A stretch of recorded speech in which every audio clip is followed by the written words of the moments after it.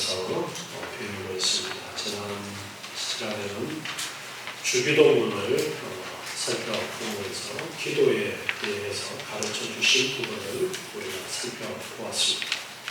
오늘은 사도신경에 대한 부분을 배우려고 합니다. 주기도문과 사도신경은 믿는 자들이라면 다 암송해야 되는 것으로, 그래서 세례문답에서도 암송해야 되는 것들 중에 주기도문, 사도신경, 그리고 십계명을 이야기하고 있습니다. 그 중에서 오늘 사도신경을 같이 배우도록 하겠습니다. 사도신경, 예배 때마다 우리 교회에서는 사도신경으로 우리의 믿음을 고백하겠습니다. 우리의 신앙을 고백하겠습니다. 라고 말하고 함께 고백을 하고 있는데요. 신앙 고백이라는 것은 내가 무엇을 믿는가를 공개적으로 고백하는 것을 신앙 고백이라고 합니다. 내가 무엇을 믿는가를 사람들 앞에서, 하나님 앞에서 고백하는 것. 공개적으로 숨기지 않고 나는 내가 이런 하나님을 믿습니다 라고 고백하는 것이 신앙 고백입니다. 사도신경의 배경에 대해서 살펴보면 어떤 경우에는 그렇게 말하는 경우도 있어요. 사도신경이라고 해서 12사도가 한마디씩 했는데 그걸 묶었더니 사도신경이 됐다. 그거는 그냥 꾸며낸 이야기입니다. 사도신경이 형성이 되어지는 그런 배경 속에서는 교회 안에 일어났던 이단들이 있었습니다. 교회 안에 일어났던 이단들이 있었어요. 그 출발은 예수님에 대해서 어떻게 믿느냐라는 부분을 가지고 논란이 있었습니다. 가장 중요한 논란 중에 하나가 바로 예수님이 성부 하나님과 동등하시냐라는 문제가 출발점이었습니다. 그래서 그 문제 때문에 아리우스라는 사람이 그 문제를 제기를 하게 되었습니다. 예수님은 성부 하나님과 동등하지 않다라는 주장을 하게 되었습니다. 그 사람 나름대로 성경 말씀을 연구하고 고민하는 가운데 나름대로 그런 결론을 내린 것이었습니다.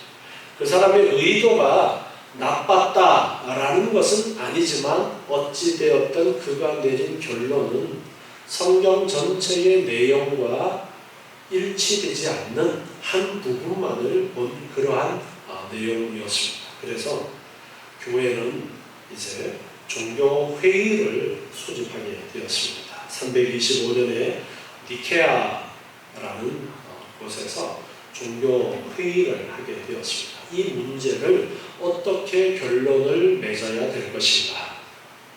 당시에 로마가 지배하고 있는 그런 환경 속에서 로마 황제가 보니까 교회가 이제 자유롭게 선교 활동을 하도록 이제 313년에 칙령을 발표를 했는데 그 뒤에 이 아리우스 논쟁 때문에 교회가 분열될 그런 위기에 처해 있는 것을 보고서 이제 회의를 소집했는데 니케아에서 회의를 소집하고 거기에 대한 결론을 내게 되었었는데 아리우스의 주장이 잘못되었고 예수님과 성부 하나님은 동등하신 분이시다라는 결론을 내게 됩니다. 그러면서 니케아 신경이라는 것을 발표를 합니다.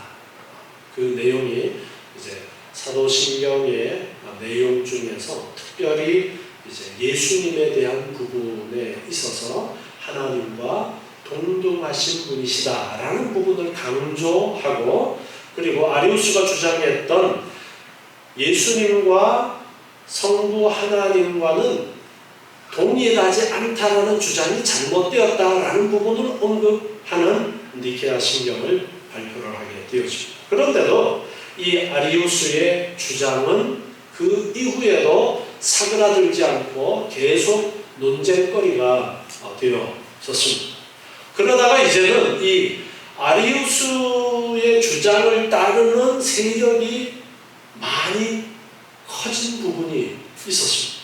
그러면서 이제는 반대로 아리우스의 주장이 옳다라는 그러한 주장들이 더 강하게 되어진 가운데 381년에 콘스탄티노플에서 다시 이제 회의를 소집하게 되었습니다. 교회 지도자들을 모아서 다시 한번 이 문제에 대해서 결론을 맺게 되었습니다. 특별히 381년 콘스탄티노플 공의회에서는 성령님에 대한 부분도 같이 논하게 되었습니다. 성령님도 역시 하나님으로서 동일하신 분이다라는 결론을 이 콘스탄티노플 공의회에서 예수님도 하나님이시고 성령님도 하나님이시다라는 삼위일체에 대한 부분의 결론을 이 콘스탄티노플 공의회에서 결론을 내리고, 그리고 이제 오늘날의 사도신경과 거의 비슷한 그런 내용을 확정지어서 니케아 콘스탄티노플 신경이라고 발표를 하게 되었습니다.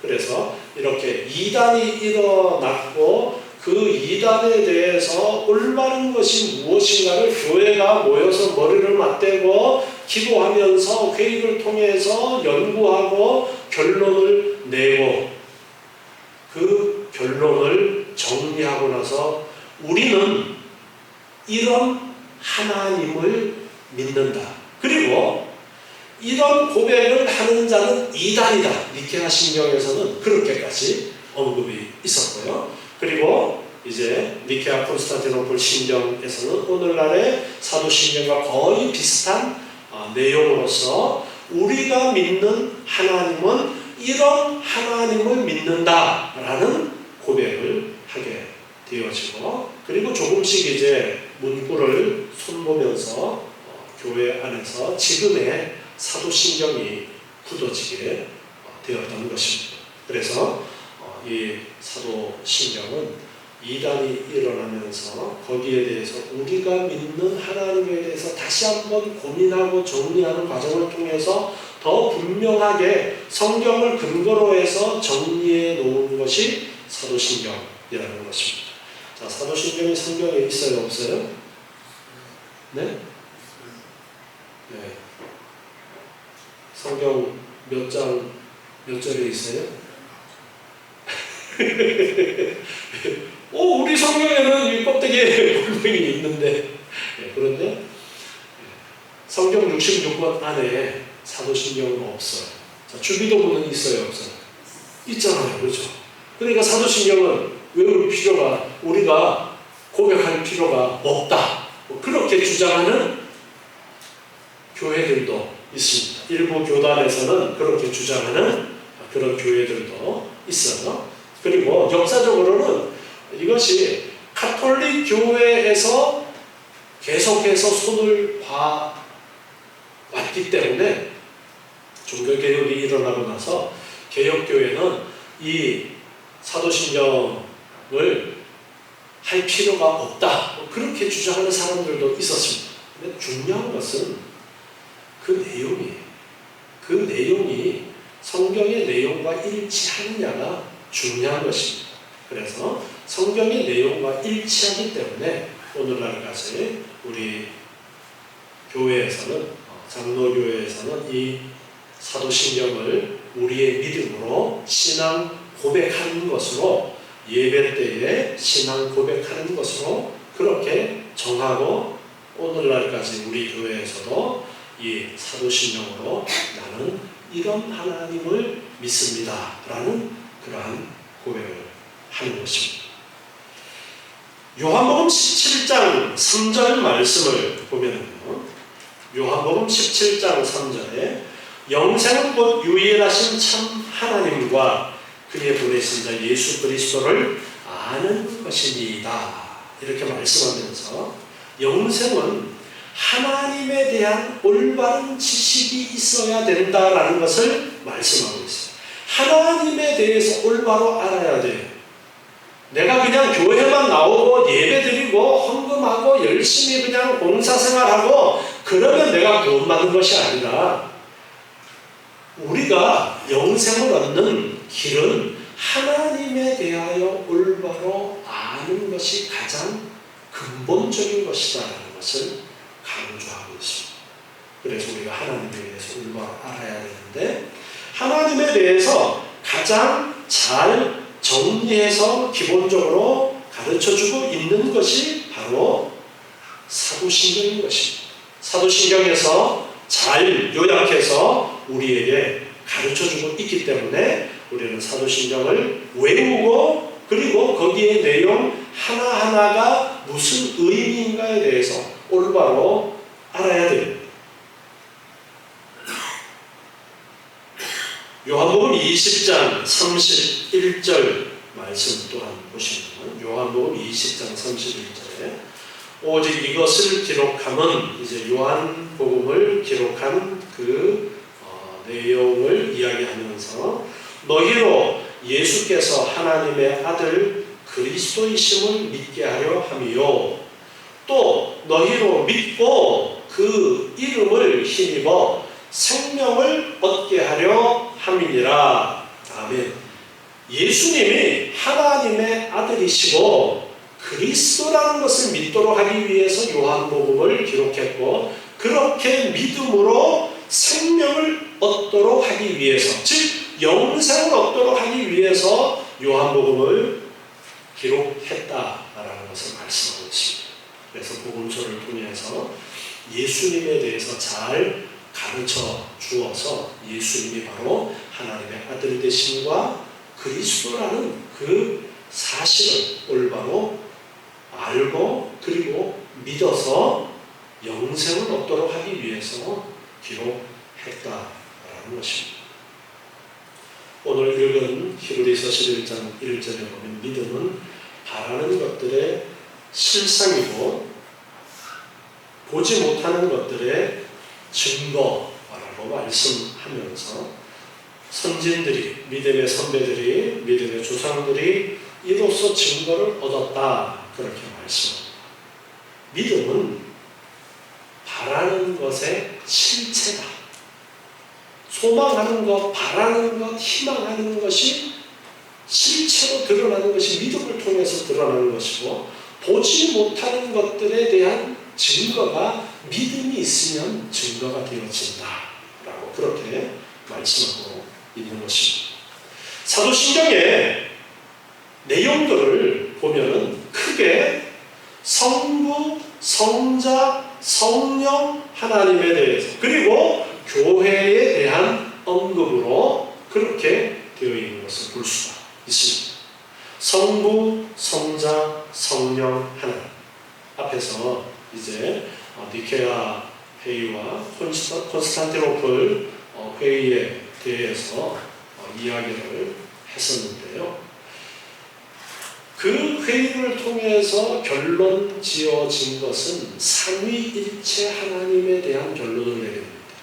하나님은 성부 하나님, 성자 하나님, 성령 하나님이 계시는데, 성부, 성자, 성령 하나님은 세 신이 아니라 하나이신 하나님이시다 라는 그런 고백을 하게 됩니다. 왜 그런 고백을 그 회의에서 할 수밖에 없었느냐라는 것은, 성경에서 하나님께서 말씀을 통해서 주신 그 성경에서 그렇게 계시해 주셨기 때문에, 그렇게 가르쳐 주셨기 때문에, 분명히 구별된 성부, 성자, 성령이 계시지만 한 분이시고 영원하신 동일하신 하나님이시다라는 것을 말씀하셨기 때문에 그렇게 결론을 낼 수밖에 없는 것입니다. 이단들이 생겨나는 것을 보면 성경의 의문을 붙들고 계속 고민을 해요. 성경에 의문들이 많이 있는데 그 의문을 가지고 인간적인 생각으로 그 고민을 해결하려고 하다가 이단이 되어져요. 그런데 성경은 무엇으로 풀어야 되느냐면 성경으로 풀어야 됩니다. 왜냐하면 특별히 하나님에 대한 부분, 하나님에 대한 부분은 우리가 피조물인 우리가 창조주이신 하나님에 대해서 알 수 있는 부분은 제한이 되어져 있습니다. 바꾸어서 여러분 인간의 눈높이에서 한번 생각해 보세요. 여러분 부모님에 대한 부분, 여러분 정보가 얼만큼 가지고 있습니까? 여러분이 직접 여러분의 부모님에 대해서 알고 있는 정보가 언제부터예요? 여러분 3살 때 기억 있어요? 3살 때 기억. 3살 때 기억 거의 없죠. 아주 특별한 사건 같은 경우에는 2살 때, 3살 때 기억이 나는 경우도 혹 있어요.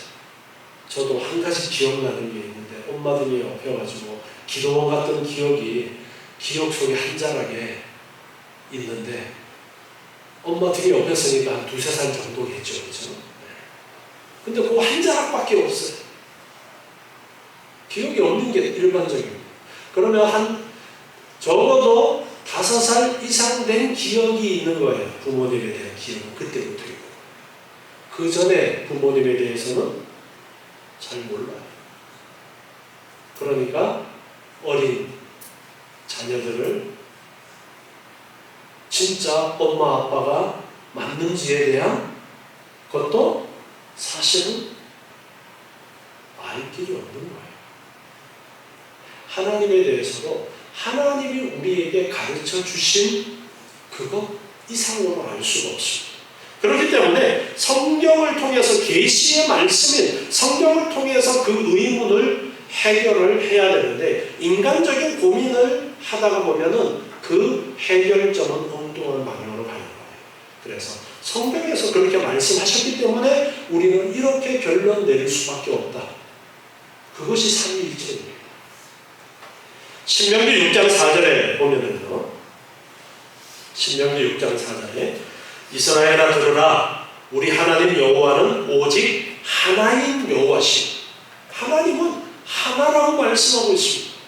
그래서 하나님은 하나이시구나.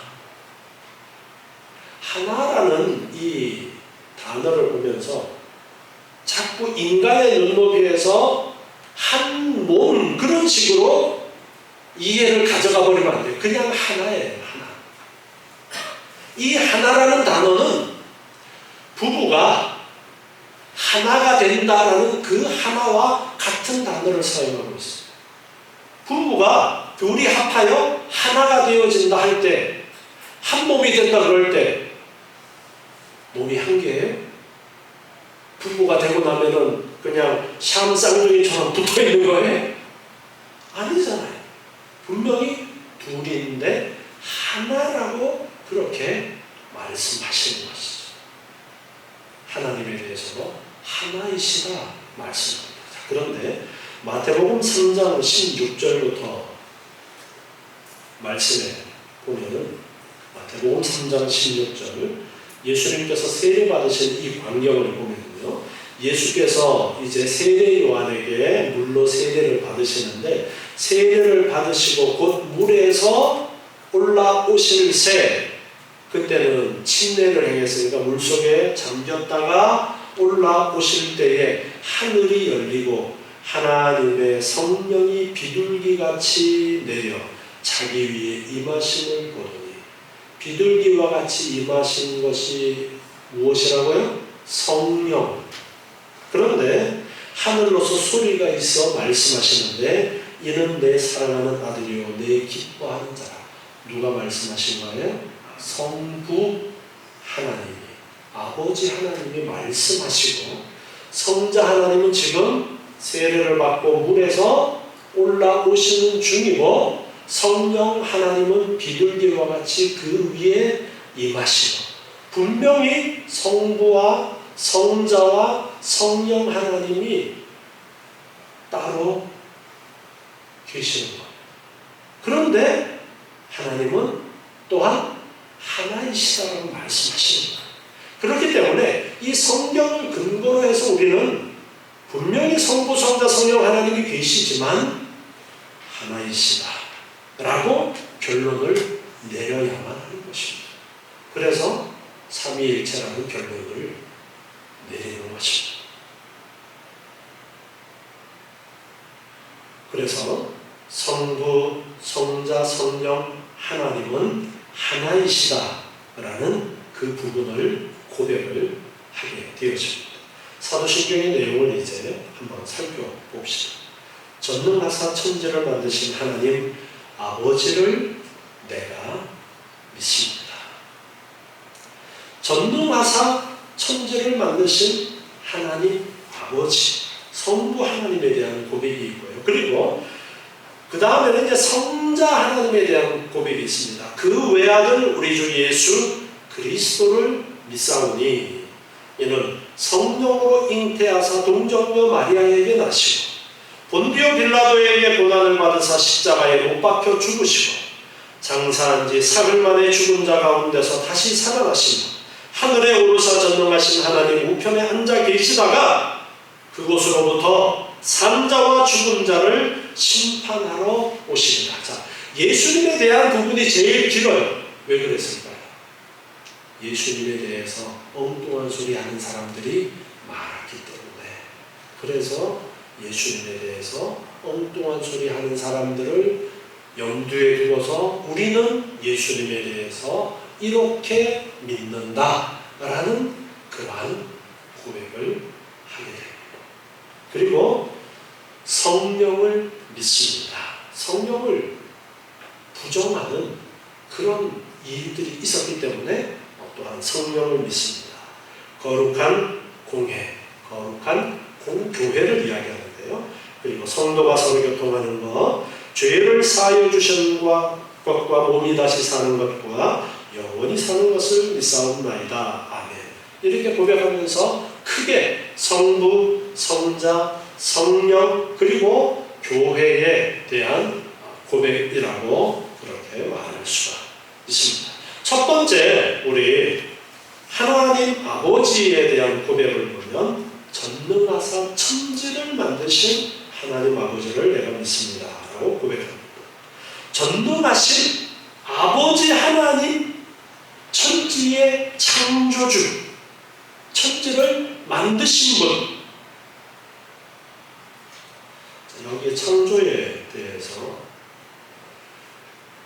예수님의 아버지로 그렇게 가르쳐 주시고 영원하신 성부 하나님께서는 아무것도 없는 중에서 하늘과 땅과 그리고 그 가운데 있는 모든 것들을 창조하셨어요.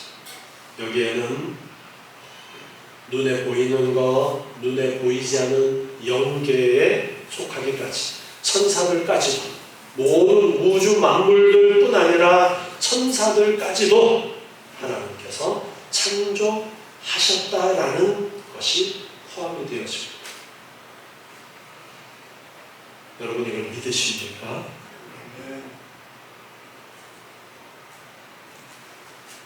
세례문답에서 이거를 이야기를 하는 것은 이 신앙 고백, 사도신경의 내용이 내가 믿어지지 않으면 우리 공동체에 함께할 수 없다라는 거예요.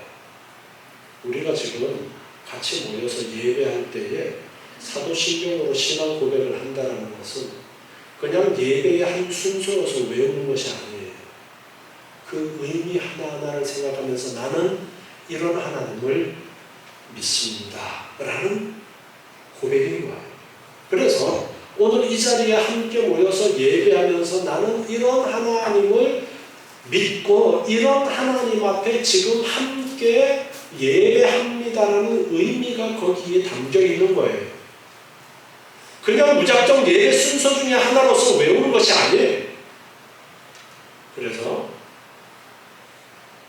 외우지만 못 외우는 사람은 맨날 보고 읽다가 보면 외워져요, 안 외워져요? 외워지잖아요. 그래서 못 외우시는 분도 보고 읽고 외우시는 분도 보고 한 줄 한 줄 또박또박 읽으면서 그 의미를 생각하면서 고백하는 것이 유익하겠다 해서 제가 또박또박 고백을 하는 것으로 그렇게 말씀을 드립니다. 사도신경의 의미를 여러분이 아십니다. 나는 이런 하나님을 믿습니다.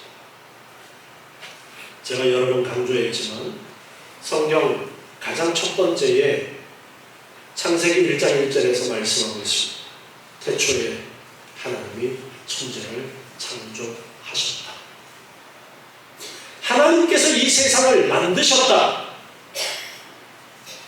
여러분 봐야 믿겠죠? 보고서야 믿는 게 얼마나 어리석은 것인지 몰라요. 요한계시록에 보면은 이적을 행하는데 사탄도 온갖 이적을 행하는 거짓 그러한 사도들을 많이 두게 되어지는 것에 대한 언급이 나옵니다. 그런데 옛날에는 무슨 일이 있으면은 영상 찍어가지고 보여주면은 진짜네? 그렇게 믿었잖아요. 그런데 요즘 그거 믿을 수 있어요, 없어요? 네, 이제는 못 믿습니다. 기술이 발달해서 딥페이크라고 해서 AI 기술이 발달해서 컴퓨터가 얼굴을 딴 사람 얼굴로 싹 바꾸어서 그렇게 만드는 것이 수월해졌어요. 그래서 영상을 갖다 내밀어도 이거 AI가 만든 건지 어떻게 알아? 영상을 보고도 못 믿고 한편으로는 그렇게 가짜가 많다라고 해요. 사탄은 얼마든지 가짜를 만들어낼 수도 있는 거예요. 눈으로 보여야 믿겠다. 이제는 믿을 수 없는 것들이 너무나도 많습니다. 하나님께서 천지를 창조하셨다. 성경을 통해서 성령의 감동을 입은 하나님의 사람들이 기록한 그 성경을 통해서 하나님께서 그 성경을 통해서 우리에게 가르쳐 주신 계시, 보여주신 것, 그것을 통해서 분명하게 하나님은 천지의 창조주이시다라는 것을 가르쳐 주십니다. 이게 안 믿어지는 사람이 있어요. 안 믿어지는 사람은 하나님을 믿지 못하는 거예요. 그런데 하나님께서 믿음을 선물로 주신 사람들은 그 내용이 믿어지는 거예요. 그래서 히브리서 11장 1절에서 말씀하시는 믿음은 바라는 것들의 실상입니다. 창조하시는 내가 못 봤지만 분명히 창조하셨다는 것을 믿는 것이고, 예수님께서 다시 오실 것에 대한 약속의 말씀을 주셨는데 그것이 믿어지는 것이죠. 그래서 실체로서 이제 예수님께서 오셨을 때에 분명하게 드러나게 되어지는 것입니다. 이렇게 우리가 믿는 하나님을 하나님이 주신 믿음으로 우리가 고백을 하는데, 올바로 하나님을 알아야 되기 때문에 구체적으로 나는 이런 하나님을 믿습니다 라고 고백하는 중에 전능하신 우리의 아버지 하나님, 그분은 천지를 창조하셨음을 나는 믿습니다. 그렇게 고백하는 것이고 그렇게 고백해야 됩니다. 하나님께서 모든 것을 창조하셨고, 그리고 영원한 작정과 섭리로서 이 모든 것들을 지금도 여전히 보존하시고 그리고 다스리고 계시다라는 것을 믿어야 됩니다. 그리고 하나님께서는 그의 아들 예수 그리스도 때문에 나의 하나님과 나의 아버지가 되셨다라는 것을 믿어야 됩니다. 영접하는 자, 곧 그 아들을 믿는 자들에게는 하나님의 자녀가 되는 권세를 주셨으니 말씀하셨습니다. 그래서 예수를 믿는 자는 하나님의 자녀가 되었습니다. 그래서 우리는 전능하시고 천지를 만드신 하나님을 믿습니다가 아니라 하나님 아버지를 믿습니다. 이렇게 고백합니다. 하나님은 우리의 아버지시라고 고백하는 것입니다.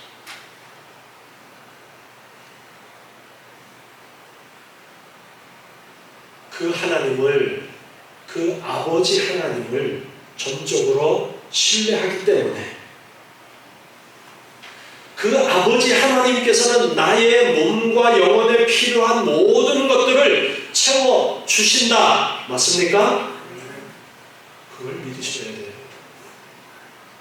전능하신 아버지 창조주 하나님은 지금도 온 세상을 다스리고 계시는 분이신데 그분이 나의 아버지로서 나에게 필요한 영적인 육적인 모든 것을 채워주신다라는 것을 믿어야 돼요. 그런데 여러분 부족하다 하잖아요. 부족하다라고 얘기합니다.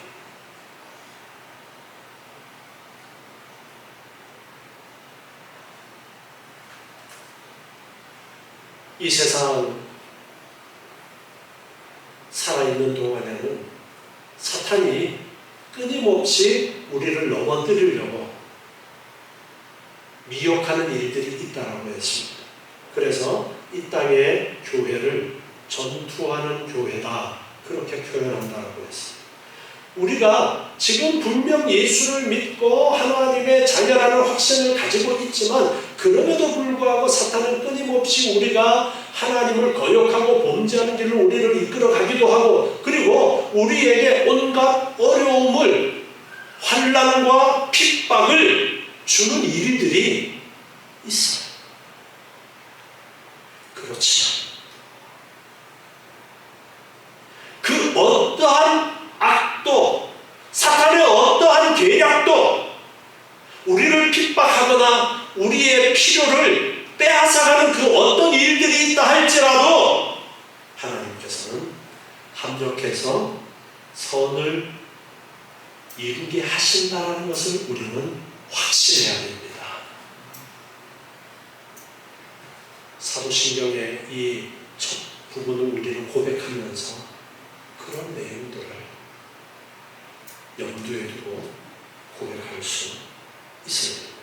그는 전능하신 하나님이시고 그리고 나를 정말 너무너무 사랑하시는 아버지 하나님이시기 때문에 나의 필요를 채워주시고 그리고 하나님께서 채워주시는 그 모든 필요는 합력해서 선을 이루도록 이끌어 주시는 가운데 있다라는 거예요. 우리의 입장에서는 부족하다라고 느끼는 부분들이 있지만 하나님께서는 그 부족함마저도 우리에게 유익이 되도록 하시는 그러한 일들을 통해서 우리를 이끌어 주고 계시다라는 것을 알아야 됩니다.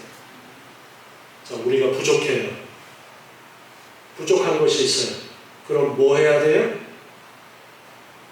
지난주에 배웠잖아요. 네, 기도해야죠. 일용할 것을 구하라고 그랬잖아요.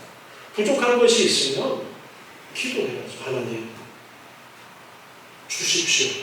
우리가 일용할 거 구하라고 가르쳐 주셨어요. 하나님이 아버지시니까 당연히 필요한 것들을 주시지만 그럼에도 불구하고 하나님은 기도하라는 거예요. 그게 지난주에 배운 내용이잖아요. 그럼에도 기도해야 돼요. 하나님을 인정하는 마음, 하나님을 인정하는 고백으로, 표현으로 우리는 끊임없이 감사의 기도와 그리고 우리의 필요를 아뢰는 그런 기도를 계속 해야 되는 것입니다. 하나님을 끊임없이 찬양하고 하나님을 향해서 우리의 필요를 구하는 그러한 기도는 계속 되어져야 되고 그것이 의무다. 그렇게 되었잖아요.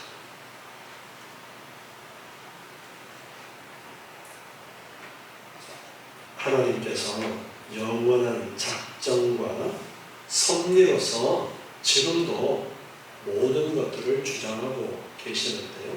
작정이라는 것은 하나님의 계획하심이라고 그렇게 이해할 수 있습니다.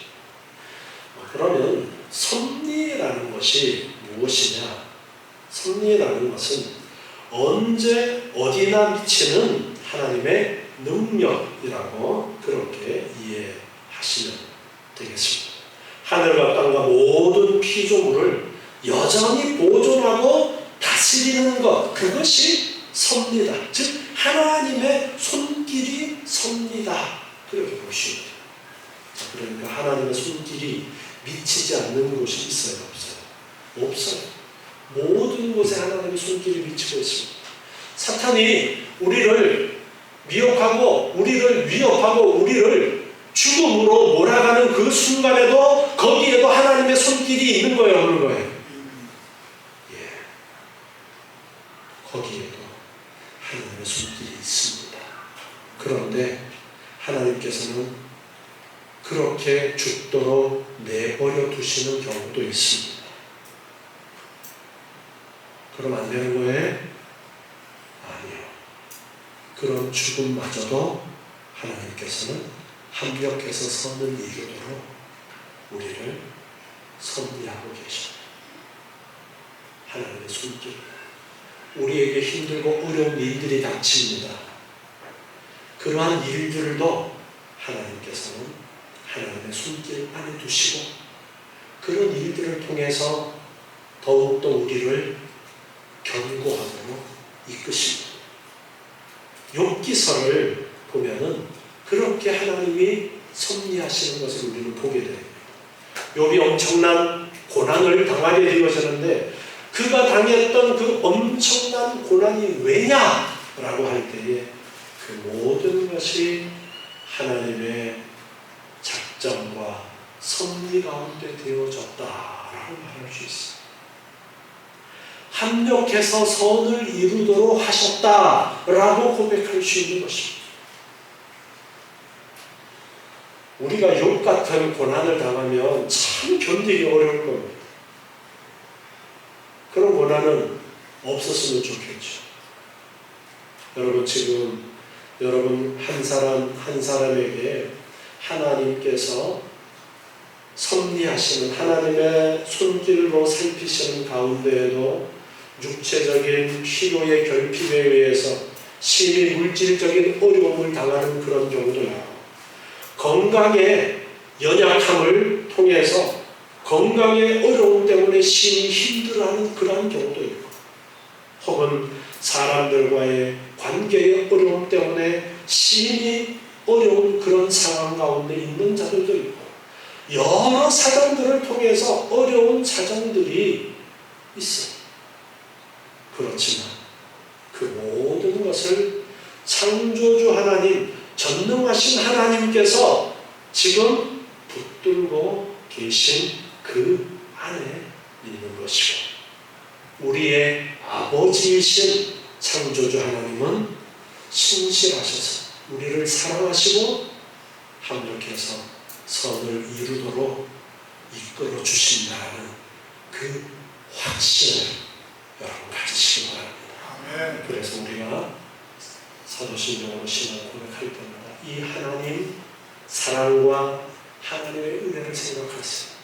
오늘도 변함없이 우리를 이 자리에 앉게 하셔서 지금 말씀을 듣고 창조주 하나님, 아버지 하나님에 대해서 배울 수 있는 시간을 주셔서 우리의 믿음의 작은 성장으로 이끌어 주시는 하나님의 은혜가 있는 거예요.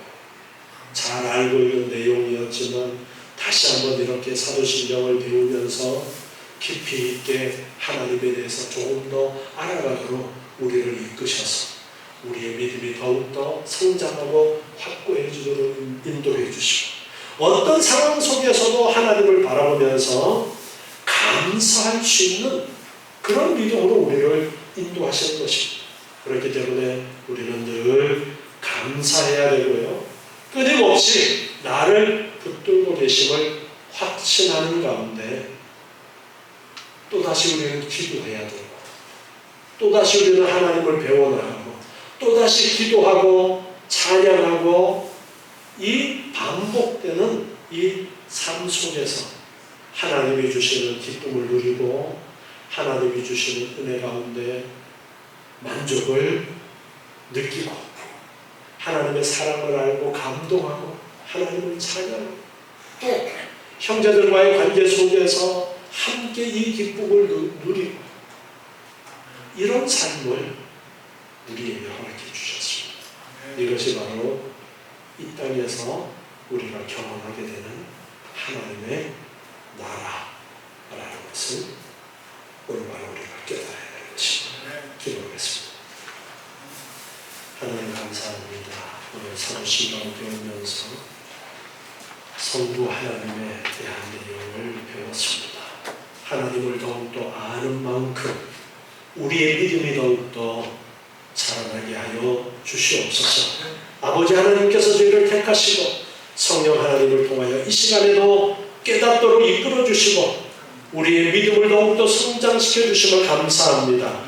하나님의 섭리의 손길을 알고 감사하게 하여 주시옵고, 날마다 기도하면서 하나님과 교통하며 살아 역사하시는 하나님을 고백하는 삶이 되도록 주님 복 내려 주시옵소서. 걸어가신 예수 그리스도의 이름으로 기도드리옵나이다.